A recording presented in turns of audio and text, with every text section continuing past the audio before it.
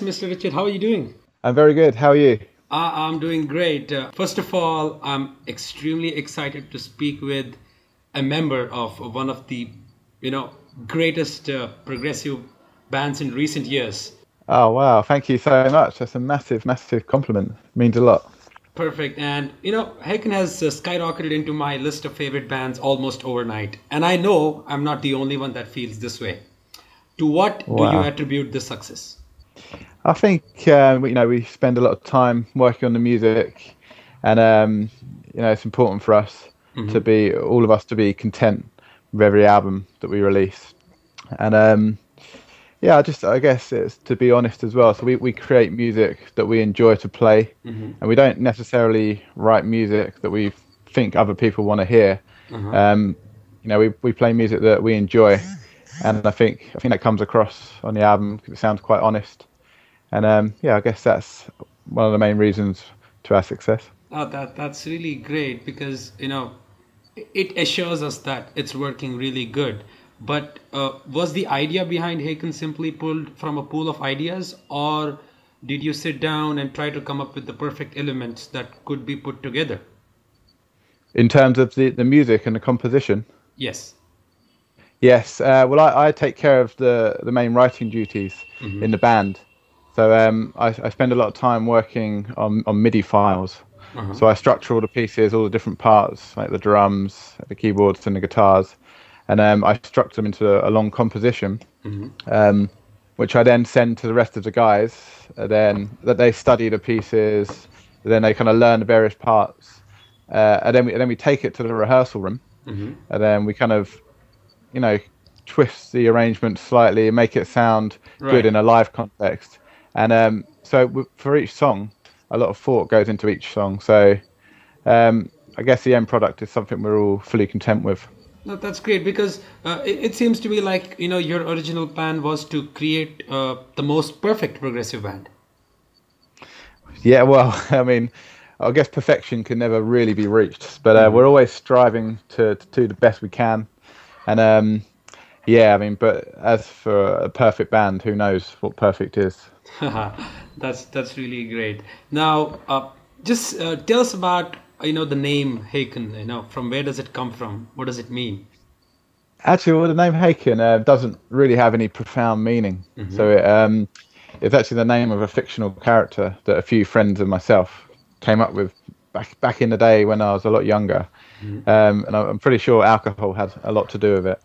And yeah, and we just liked the way it sounded, so it kind of stuck with it. And we looked at a lot of other bands, and there's quite a few cliches out there. So we just wanted to go with a name that wasn't necessarily obvious, but sounded quite cool, and that people would hopefully remember. Oh, that's really great. Now, I noticed that The Mountain has quite a different sound as compared to your previous two albums. The Yeah. only way I can describe it is that it sounds more like modern metal, while the other two albums had more of the classic progressive elements, kind of similar Yeah. to Yes or Genesis. Is this Yes. something we'll be seeing in future Hawken releases as well? Yeah, I mean, I always think of albums as like a kind of window into what you're listening to and your interests at Hmm. that time. So with The Mountain, we've been listening to some different, more modern releases, Hmm. like bands like Deer Hunter, Periphery, bands like that. Right. So I guess their influence can be heard on The Mountain. That's But yeah, but we also love the old bands like Gentle Giant, bands like Yes as well, mhm. and I'd like to think their influence can still be heard on the new stuff, but perhaps it's just toned down a bit compared to the previous albums. Uh-huh. That's great. Now, most of your songs have, five-part harmony or cappella parts. Does Yeah. everybody in the band sing? Well, yeah, I mean we could all sing just about in tune, but obviously Ross is the man when it comes to vocals. But so when we get to the studio, sometimes we record various parts, but generally Ross covers it all because it always seems to sound better when he covers every different part. But yeah, so when it comes to the live aspects of playing, it's always a bit tricky. So we always spend quite a while in the rehearsal rooms working on the various parts. That's really great. Now, how difficult, is it to replicate live? It is pretty tricky because we do spend a lot of time whilst writing it, coming up with some interesting backing vocal parts. And obviously, when we're playing our instruments, it becomes quite tricky trying to syncopate the different parts when you're trying to sing in one time signature and try and play the guitar or the piano in the other. Right. So it is quite tricky. But I guess with anything, it just takes a lot of practice. And who knows if we can actually pull it off? I guess that's up for the audience That's to really decide. awesome. That's really awesome. You know, as a result of a cappella, Ross' voice also seems to have more of a role in your new album. Is this something for which he had to campaign, or did it just seem natural? It just seemed natural, really. In terms of the lyrics, we took a different approach, and Ross had covered all the lyrics in the past, and he came up with the concepts and stuff like that. But with this album, we decided to all have a go at writing the lyrics and working on the vocal lines and stuff like that. So I think naturally that put the vocals and the lyrics at the forefront of a lot of the composition. And so I guess with this album, maybe it's a bit more vocally driven than the other ones. And because I think in terms of being a listener, that's what most people relate to, and that's what people connect with. Absolutely. So we really took that on board, and I really focused a lot on that for this album. Lyrics are very important to me personally. Now, Ross usually writes the lyrics, but everyone seems to have put pen to paper this time. Was it significantly more difficult to harmonize all these different accounts and experiences? I think it was actually a lot easier because whereas before Ross had to cover such a broad emotional palette, it was obviously quite tricky. But when there's 6 people in the band, all who have different experiences and different emotions towards different things, right, it made the whole process a lot easier and took a lot of pressure off Ross as well. And the way we did it was I came up with the songs, and then we crafted them in the rehearsal rooms, and then we each took a song that really spoke to us, and then created wrote the lyrics based on what we felt about the music generally. So that's good because it's very organic. That's definitely how it sounds too. The tone of the album writes a fine line between the quirkiness available on your other efforts and a more serious, more profound lyrical approach. Yeah, exactly. I mean, like the quirky element, we don't really ever want to lose that because I think essentially, we feel it's very important to have fun with the music, but also there's a fine line. So we like to also have a profound message and have that emotive aspect to our sound as well. So it's always tricky trying to find the balance between the two. Absolutely. Yeah, I was about to tell you that because, your personal touch and emotions into music and then your new ideas. I think the perfect example of this balance is Cockroach King. Yes. I still wonder, what were you thinking when you came up with the idea for Cockroach King video? Yeah, well, because and why those puppets? Well, it's quite a quirky song, and it's got a tongue-in-cheek vibe to the music. So when it came to the video, we knew that we didn't want to have anything too serious, and we wanted to have a bit of fun with it, basically. But basically, it was Charlie's genius idea to come up with the puppets. And he took it on himself to basically make the puppets by hand. So he made every different figure himself. And then he basically, along with Ross, because the rest of us were away on holiday during the summer, which is when they filmed it. They filmed it during one day, and which I think is amazing, really, because he kept that one quiet. That he's a master puppeteer. Yeah, absolutely. It's crazy. It was really awesome. And another thing, because Charlie's favourite band is Queen, and I don't know whether you've seen the Jim Henderson's Muppet version of Bohemian Rhapsody. Have you seen that? Right. Yeah. Right. Absolutely. Yeah. So he kind of it's a tip of the hat to that video, basically. Oh wow, man, that's really amazing. Now, I generally discuss music with my friends. So whenever I describe your music to my friends, it's basically a simplest way to do progressive metal. Mainly because the music is not ultra technical, and yet the progressive elements are not lost. Do you agree? Yeah, I think when we're writing the pieces, at the forefront, it's always to have a strong melody. And then secondly, it would be to have good harmony, and then maybe a really strong, infectious rhythm. So these three elements are hugely important. And I always see the technical stuff and the shreddy stuff more as, you know, like a seasoning or a spice to a recipe. It just enhances the sound rather than actually makes the sound. Mountain has been a very good album. Actually, it's in my top 5 progressive metal list. I was actually preparing it today morning. Oh, wow. So I thought it'll be great to share it with you. So cool. So what other bands have you got in the list? I've got Queensryche, Yeah. the original Queensryche. Oh, cool. Yeah. And then I've got Steven Wilson's album. Have you heard that? Yes, The Raven Refused to Sing. That one? Raven Refused to Sing, yes. Wow, great album. Then I was confused with so many progressive albums. Dream Theater album is there. Yeah. Then Fate's Warning is also there. So I'm still, thinking on, okay, which bands to include, because this year has been very enormous when it comes to progressive metal. Yeah, there's some amazing releases this year. It's been great to be a part of it.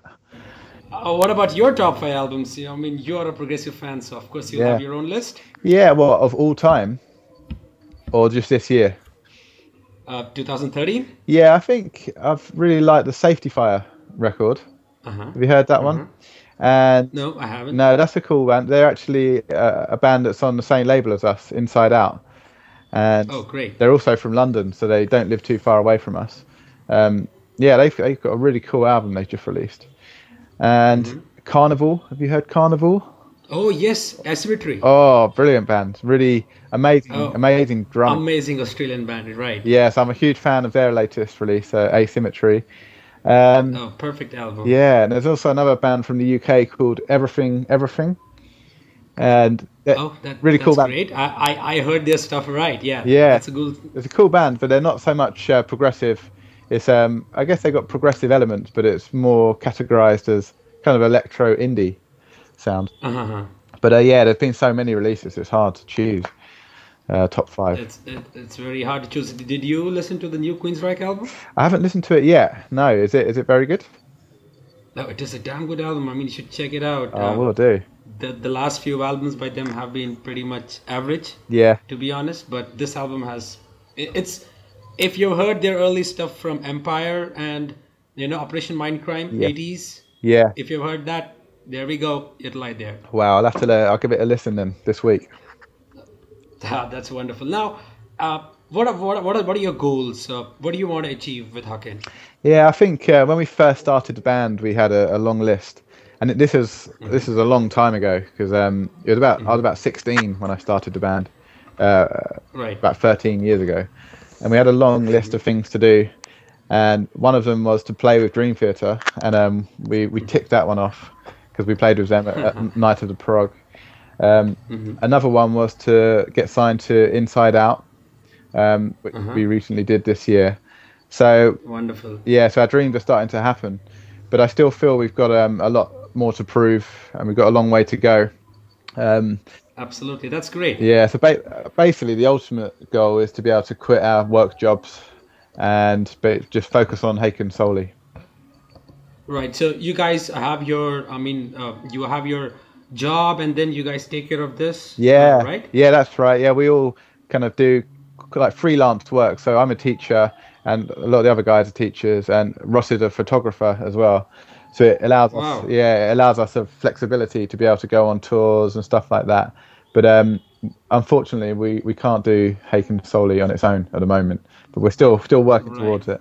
That's really awesome. I wonder what's with the bands from UK. I was recently speaking with Ben Carter of Evil, and he said the same. Dude, even we are working 9 to 6, and then Evil is in our mind. Yeah, exactly. So it's very hard. That seems great. Yeah, I think in other countries there seems to be more of a thriving progressive scene, whereas but the market anyway is down when it comes to bands trying to be dependent only on playing gigs and releasing albums. Yeah, exactly. I mean, in terms of CD releases, it's a lot harder to make a living solely out of that.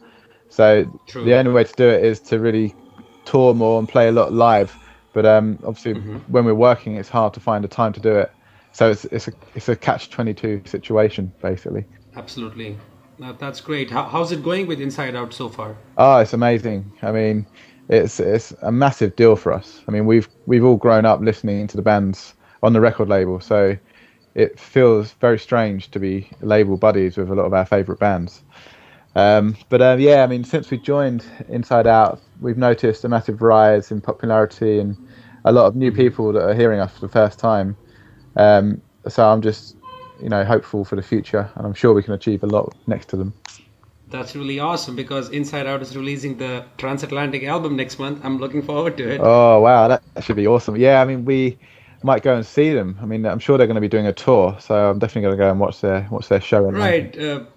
2014 is already booked for the Prog Power or something. Oh, wow. There's a Progressive Nation festival. All the progressive bands are playing out there. I'm not sure, but I've heard from Mike Portnoy recently regarding this. Yeah, actually, we're on the bill as well. So. That's what I'm saying. Because I saw all the progressive bands out there. Transatlantic is playing, and many bands are playing in the list. Oh, it feels so surreal to be part of it. I mean, as I was saying before, we've grown up listening to bands like Dream Theater, and so Mike Portnoy is like a hero to us. So for him to invite us on this tour is just unbelievable, and we're massively grateful for the opportunity. But there's so many amazing bands on there. There's like 22 of my favourite bands. So I don't know what I'm going to do. It's a prog fest. Yeah. So I mean, I don't really know who I'm going to see or what I'm going to do. It's going to be so much to do over the 5 days. That's really wonderful. Just be honest, okay? Do you miss Mike Portnoy on Dream Theater? Yeah, I think everyone's got to follow their path, and he felt that the time was right for him to move on. And I think Mangini's doing an amazing job. He's such an incredible drummer. So I still feel Dream Theater have got the same energy as they had before. It's just perhaps they've got a different dimension to their sound now. Oh yes. And it allows Mike Portnoy to focus on his other projects like Transatlantic and all of his other bands. Binary Dogs. Yeah, exactly. So if anything, it gives the fans a lot more to listen to. So perhaps it's a good thing. Absolutely. That's really great. Now, speaking of future Haken releases, any update on when we can see a new album, or you guys have already started compiling ideas? Yeah, well, actually, as I said before, I'm working and I'm teaching. I've just broken up from school about 3 days ago, so I've got 4 weeks off. So I'm planning to basically spend the whole 4 weeks just writing the initial ideas for the next album. And then we'll basically take it to the rehearsal room in about 3 or 4 months' time, and hopefully release it maybe early 2015. So, that's great. So it's a long way to go, but we want to make sure it's a good album. We're going to spend a lot of time on it. You guys, I know you know to blend many different styles and parts. How does the band manage to create such an organic flow from all the pieces of the puzzle? Yeah, I mean, because we all love different types of music. And I like to see Haken as like a celebration of every different style of music that we enjoy. But it is very tricky trying to fuse the different parts together. But as I was saying before, because I spend quite a while on each MIDI file, on each arrangement. And then we take it to the rehearsal room. And then we spend a while arranging it in the rehearsal room. And then when we record it, things change then as well. So there's about 3 different processes each song goes through. So by the end, I think, by the end, it's all smoothed out and it sort of sounds nice. Oh, that's really amazing. Now, we all keep listening to a lot of music. So which metal band do you think is the best right now? I mean, you must have your favorite metal band in your mind. Don't tell me Dream Theater, because you already mentioned it 3 times. Yeah. I mean, I think at the moment, my tastes have changed a bit to the way they were back in the day. But now, I think I really love Animals as Leaders. Amazing band. Yeah, really crazily technical guitar playing, which just blows your mind. Tosi Nabasi. Yeah, it's unbelievable stuff. And also just really intricate rhythms, which it's really hard to follow, but amazing to see and listen to. And also, I'm really digging, as I said, Carnival. Amazing band. They're not so much metal, but they've got metal elements. They have that rock elements. Yeah. The mix of so many. Actually, Australia has a good amount of pop rock bands. Yeah. And I had a chat with him. I think 1 or 2 years back, and he was like, there's so much going on in Australia, and we thought, okay, let's forget about it and let's come up with a sound which actually, makes an impact. Yeah, yeah, exactly. Yeah, I think you've hit the nail on the head. So they've got the pop elements, but they've also Right. got the kind of moody, dark, rocky, metally elements as well. Right. But all with these crazy polyrhythms by the drummer and the bassist, and it creates this Right. really nice dark atmosphere which I can kind of connect with. So yeah, I guess those two bands stick out for me. That's awesome. Now, are you aware of the Grammy nomination which has happened this year? No, I mean who's been nominated then? This time it's Anthrax TNT. That's the cover album anthems. Yeah, yeah, Then we have Black Sabbath's God is Dead. yeah. Dream Theater's Enemy Inside. Cool. Killswitch Engage In Due Time. Yeah. Then you have Volbeat, Room 24. Ah, okay. It's interesting. So, so whom are you gonna put your bets on? Well, it would be great to see Dream Theater win it. But Grammys always seem to disappoint fans, isn't it? I know, that's what I'm saying. It's never really going to go to a progressive band. So I reckon maybe Killswitch Engage will win because they're a great band. Got some great riffs. Oh, that's great. That's great. I actually sometimes watch the acceptance speech given by the bands on dais, and it's very boring, Yeah. to be honest. I was having a chat with Charlie Benante of Anthrax since they got nominated last year as well. Yeah. So I was like, dude, how do you manage to sit there for hours and listen to it? And he was like, it was like a dry painting on the wall. Yeah. And I was telling to Scott, can we please leave right now? So that was the reaction for him. I would like to know what would be your acceptance speech, if you want the Grammys in future. Oh well, if it's for a metal performance, I'd probably say, why did you nominate us, or why did you vote us? Because we're not a metal band. So, but who knows? Maybe we'll win one day. But I would have to become a lot more metal if we did so. Of course, I really wish you guys all the best ahead for all your plans. You guys might have a tour coming up in 2014 to different places. So I wonder, will you guys ever travel to India? I would love to actually, but we haven't got any plans as of yet. But Charlie, last year he did a workshop in India, and Oh, that's great. Have you heard of Rock School Guitar?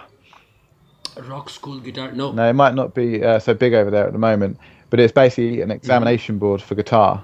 And Oh, wow. he did a workshop in India, and he was told that there's quite a thriving scene for heavy music and progressive music that's growing. Yes. Exactly. So hopefully we'll get over there one day. It'd be great. It'd be great to play over there. It's been an honor to to have you on Metal Vani today, Richard. I really appreciate it. Thanks a lot for your time. Thank you. It's been great chatting to you.